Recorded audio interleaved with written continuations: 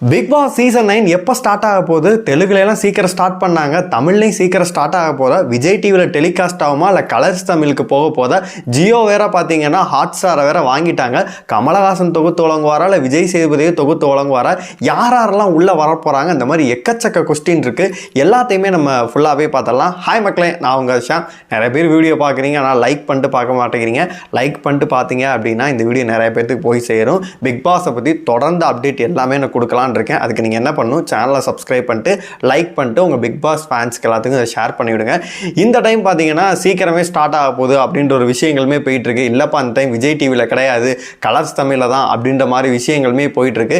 தெலுங்குல எப்பயுமே ஸ்டார்ட் ஆகிட்டு பார்த்தீங்கன்னா ஒரு 1 month கிட்டே பார்த்தீங்கன்னா ப்ரோமோஸ் வந்து ஆட்டோமேட்டிக்காக வர ஆரம்பிச்சிடும். ஜூலை கிட்டே பார்த்தீங்கன்னா ப்ரோமோஸ்க்கான வேலைகள்லாம் போயிட்டுருக்கு. இந்த மாதிரிலாம் செட்டில் வந்து பிளான் பண்ணியிருக்காங்க அப்படின்ற விஷயங்கள்லாம் வர ஆரம்பிச்சிடும். ஜூலை எண்ட் ஆகஸ்ட் ஸ்டார்டிங்லேயே பார்த்தீங்கன்னா அதை வந்து விரைவில் அப்படின்ற மாதிரிலாம் ஸ்டார்ட் பண்ணிடுவாங்க.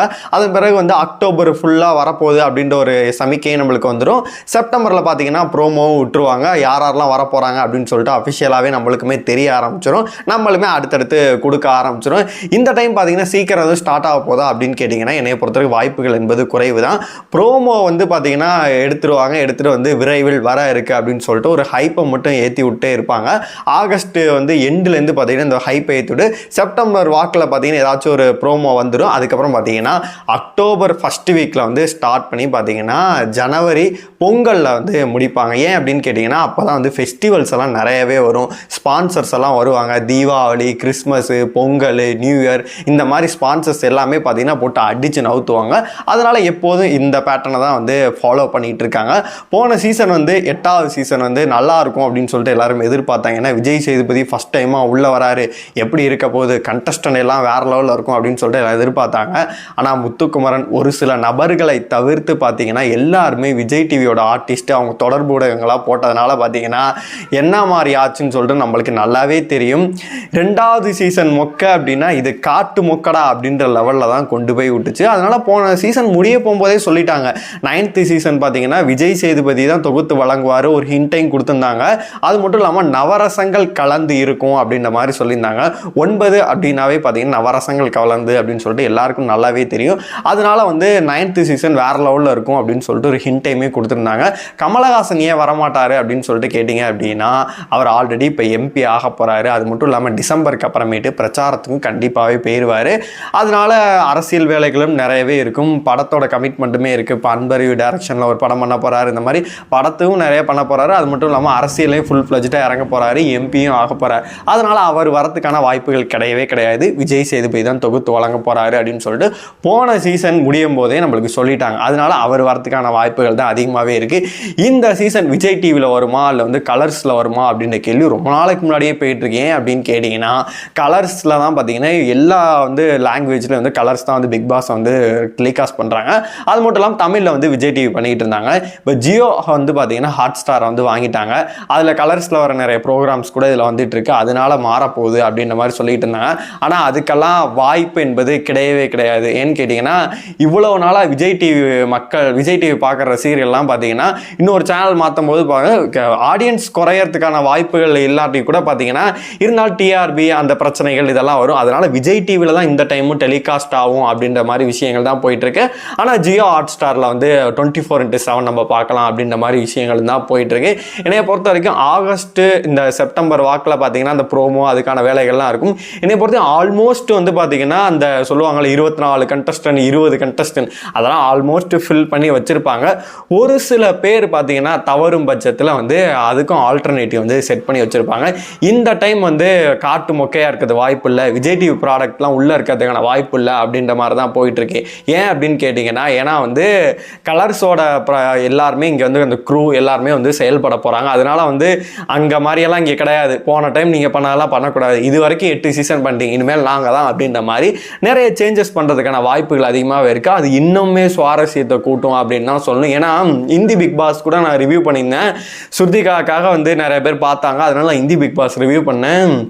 நிறைய பேர் என்ன ப்ரோ இப்படியெல்லாம் இருக்கா அப்படின்ற மாதிரி நீங்களுமே கேட்டிருந்தீங்க கமெண்ட்ஸில், என்ன ப்ரோ அப்படியெல்லாம் நடக்குதா அப்படின்ற மாதிரி. அதனால் வேறு லெவலில் டாஸ்க் இருக்கும். அதாவது பார்த்தீங்கன்னா ஒரு எக்ஸாம்பிள் சொல்லணும்னா டைம் கார்டாக வந்து இருக்காங்க அப்படின்னா பிக் பாஸ்க்கே அங்கே வந்து வேலை கிடையாது. டைம் வீட்டில் யார் கார்டோ அவங்க தான் எல்லாமே ரூல் பண்ணும். போய் நீ பர்ஸில் என்ன வச்சுருக்க, உங்கள் அம்மாவோட ஃபோட்டோ ஞாபகமாக வச்சுருக்கியா, இல்லை யாராச்சும் ஒரு ஷால் வந்து ஞாபகமாக வச்சுருக்கியா, அதை போட்டு கொளுத்து அப்படின்னா கொளுத்தி தான் ஆகணும். அந்த மாதிரி டைம் கார்டு என்ன சொல்கிறாரோ பார்த்தீங்கன்னா அதுதான் நடக்கும். அந்த விவியான்னு ஒரு பையன் பார்த்தீங்கன்னா அவர் தான் ஜெயிச்சு வேற லெவலில் பார்த்தீங்கன்னா டாஸ்க் அந்த மாதிரி கொடுத்துருந்தாங்க. அது பார்த்தீங்கன்னா கலர்ஸ் தான் வந்து இது பண்ணியிருந்தாங்க. ஆனால் அதோட க்ரூ இங்கே வரும்போது பார்த்தீங்கன்னா தமிழ்லையும் வந்து கண்டஸ்டண்ட்டும் வேறு லெவலில் ஃபில்டர் பண்ணி எடுப்பாங்க. அது மட்டும் இல்லாமல் டாஸ்க்கும் பார்த்தீங்கன்னா ஹெவியாக இருக்கும், செம்மையாக இருக்கும் அப்படின்ற மாதிரியுமே சொல்லப்படுது. அதனால இந்த சீசன் 9 வந்து நம்ம கேரண்டியாக வந்து கண்ணை மூடிட்டு பார்க்கலாம் அப்படின்ற மாதிரி சொல்லப்படுது. ஏன்னா நம்ம தமிழ் சீசனை பொறுத்தளவு ஃபஸ்ட்டு சீசன் வந்து அவ்வளோ சூப்பராக இருந்துச்சு. அதுக்கப்புறம் செகண்ட் சீசன் எல்லாருமே அவ்வளோ எதிர்பார்த்தாங்க, அவ்வளோ காட்டு மொக்கையாயிடுச்சு. தேர்ட் சீசன் யாருமே எதிர்பார்க்கவே இல்லை. அந்த கவின் சீசன் பார்த்தீங்கன்னா வேறு லெவலில் அமைஞ்சிச்சு. அதன் பிறகு பார்த்தீங்கன்னா ஒரு வேற மாதிரி ஒரு சீசன் வரணும்ப்பா. இப்போ ஒரு ராஜு இருந்த சீசன் ஓகேவா இருந்துச்சு, 4வது சீசன் 6 இருந்தது. இந்த மாதிரி ஒவ்வொரு சீசன் இந்த ஒரு சில பேர் தான்ப்பா அப்படின்ற மாதிரி இருக்கு. தேர்ட் சீசன் தான் பார்த்தீங்கன்னா என்டையரா வேற லெவலில் என்டர்டைன் பண்ணுச்சு. சாண்டியா இருக்கட்டும், முகின், அப்புறமேட்டு பார்த்தீங்கன்னா அந்த செட்டே பார்க்கும்போது வனிதா, அந்த செட்டே பார்க்கும்போது அவ்வளோ சூப்பராக இருந்துச்சு. அந்த மாதிரி ஒரு கண்டஸ்டன்ட் தூக்கிட்டு வாங்கப்பா. டாஸ்க் எல்லாம் சுத்தமாக கொடுக்கவே மாட்டேங்கிறீங்க. நீங்கள் ஒரு 4-5 சீசனாக பாருங்களேன், சுத்தமாக டாஸ்கே இருக்கவே இருக்கா. ஃபர்ஸ்ட் சீசன்லாம் அந்த காருக்குள்ளே யாரு அப்படின்னு சொல்லிட்டு விடிய போட்டு விளையாண்டுட்டு இருந்தாங்க. அதன் பிறகு பார்த்தீங்கன்னா ஒரு கடுமையான டாஸ்க் வந்து கொடுக்கவே மாட்டேங்கிறாங்க. போன சீசன்லேயே பார்க்கும்போது ஒரு சில டாஸ்க் மட்டும் தான் பார்த்தீங்கன்னா ஃபைனல் நெருங்க பார்த்தீங்கன்னா அந்த ஒரு கல் எடுக்கிற டாஸ்க் வந்து ரொம்ப செங்கலா ரொம்பவே மோசமாக இருந்துச்சு. அதன் பிறகு பார்த்தீங்கன்னா ஒரு சில அந்த ஃபேக்ட்ரி டாஸ்க் ஒன்று பண்ணியிருந்தாங்க, லேபர்ஸ் இதெல்லாம் பண்ணியிருந்தாங்க. அது ஓரளவு பரவாயில்ல அப்படின்னு சொல்லிட்டு இருந்துச்சு. மொத்தப்படி பார்க்கும்போது டாஸ்க் என்பது ரொம்பவே குறைவாக இருக்குது. அது மட்டும் இல்லாமல் பார்க்கும்போது போன சீசன் ரொம்பவே அடி வாங்கினது என்ன அப்படின்னா ஹோஸ்ட் வேற லெவலில் பண்ணும். விஜய் சேதுபதி பார்த்தீங்கன்னா அதை தவறிட்டாரு. அவர் பாட்டுக்கும் வந்ததே கிடையாது, ஏதோ பேசி அப்போ ஆமா தானே இல்லை தானே, ஆமா தானே இல்லை தானே, அதை கேட்டு நம்மளுக்கே தலை வலிச்சிருச்சு. டெய்லியுமே அவரை போட்டு வறுத்தெடுத்துக்கிட்டு இருந்தோம் அப்படின்னு தான் சொல்லும். கமலஹாசன் 7வது சீசனில் அவர் பண்ணதுனால பார்த்தீங்கன்னா அவரை போட்டு இவ்வளவு நாள் நல்லா பண்ணிய தலைவை இப்போ வந்து கோட்டை விட்டியே அப்படின்னு சொல்லிட்டு பார்த்தீங்கன்னா அவரை போட்டு வறுத்தெடுக்க ஆரம்பித்தாங்க. விஜய் சேதுபதி மேலே ரொம்பவே எதிர்பார்த்தாங்க. அவர் பார்த்தீங்கன்னா அப்படி பண்ணி விட்டு போயிட்டாரு. அதனால இந்த சீசன் வந்து அது எதுவுமே இருக்காது.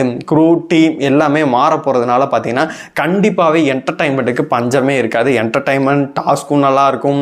அது மட்டும் இல்லாமல் பார்த்தீங்கன்னா 24/7 வந்து பார்த்தீங்கன்னா இப்போ 2-3 சீசன்களாக வந்து ஒளிபரப்பாயிட்டு இருக்கு. அதனால் கண்டிப்பாக வந்து கண்டென்ட்க்கு பஞ்சம் இருக்காது. இந்த டைம் வந்து வேற லெவலாக இருக்கும் அப்படின்ற மாதிரி எதிர்பார்க்கப்படுது. கண்டஸ்டண்ட்டை பொறுத்தளவு பார்த்தீங்கன்னா விஜய் டிவி ப்ராடக்ட் வந்து இந்த டைம் வந்து அதிகமாக இருக்கிறதுக்கான வாய்ப்புகள் குறைவு தான். அது மட்டும் இல்லாமல் குக் வித் கோமாளிலேருந்து பார்த்தீங்கன்னா நிறைய பேர் வந்து வரதுக்கான வாய்ப்பு இருக்குது அப்படின்ற மாதிரி இப்போவே ஆன் போர்டு இவங்கெல்லாம் வராங்க அப்படின்ற பேர்களுமே அடிபட்டு இருக்கு. சபானா வந்து பார்த்தீங்கன்னா ரொம்ப நாளாகவே சொல்லிட்டு இருக்காங்க இவங்க தான் வரப்போகிறாங்க அப்படின்னு சொல்லிட்டு. ஒன்று குக் வித் கோமாளிலேருந்து ஒரு சில நபர்கள் வருவாங்க, இது வரைக்கும் நடந்த பேட்டர்னில் சொல்கிறேன். அதுக்கப்புறம் பார்த்தீங்கன்னா சீரியல்லேருந்து ஒரு ஃபெமிலியரான ஒரு சீரியல் போயிட்டு இருக்கும், அதுலேருந்து ஒரு ஹீரோ ஒரு ஹீரோயின் அந்த மாதிரி வருவாங்க. அதன் பிறகு பார்த்தீங்கன்னா ஒரு ஆங்கர்ஸ் இந்த ஒரு சில சேனல்ஸ்லாம் வந்து பார்த்திங்கன்னா மிகப்பெரிய ஒரு ஆங்கராக இருப்பாங்க. அதாவது யூடியூப் சேனல்ஸில் வந்து செம்மையாக பண்ணிகிட்டு இருப்பாங்க. அவங்க பார்த்திங்கன்னா ஆன்போர்ட் ஆகிட்டு உள்ளே வருவாங்க. இந்த டைம் அதெல்லாம் இல்லாமல் வேறு மாதிரி ஏதாச்சும் ஒரு கண்டஸ்டன்ட்லாம் இறக்குனாங்க அப்படின்னா உண்மையிலும் நல்லாவே இருக்கும். சாமானிய மக்களை இறக்கிறதுக்கான வாய்ப்புகளும் அதிகமாகவே இருக்குது அப்படின்ற மாதிரி சொல்லப்படுது. வெயிட் பண்ணி பார்க்கலாம் என்னென்ன மாற்றங்கள்லாம் ஏற்படுத்த போகுது, என்னென்ன மாதிரிலாம் பண்ண போகிறாங்க அப்படின்னு சொல்லிட்டு. பிக் பாஸை பற்றி அடுத்தடுத்த அப்டேட்டுகள்லாம் பார்க்கலாம் அப்படின்னு நினச்சிங்கன்னா நம்ம சேனலை வந்து மறக்காமல் சப்ஸ்கிரைப் பண்ணி வச்சுக்கோங்க. அப்போ தான் அடுத்தது கண்டஸ்டன்ட்லேருந்து எப்போ ப்ரோமோ வருது எல்லா அப்டேட்டும் உங்களை வந்து சேரும்.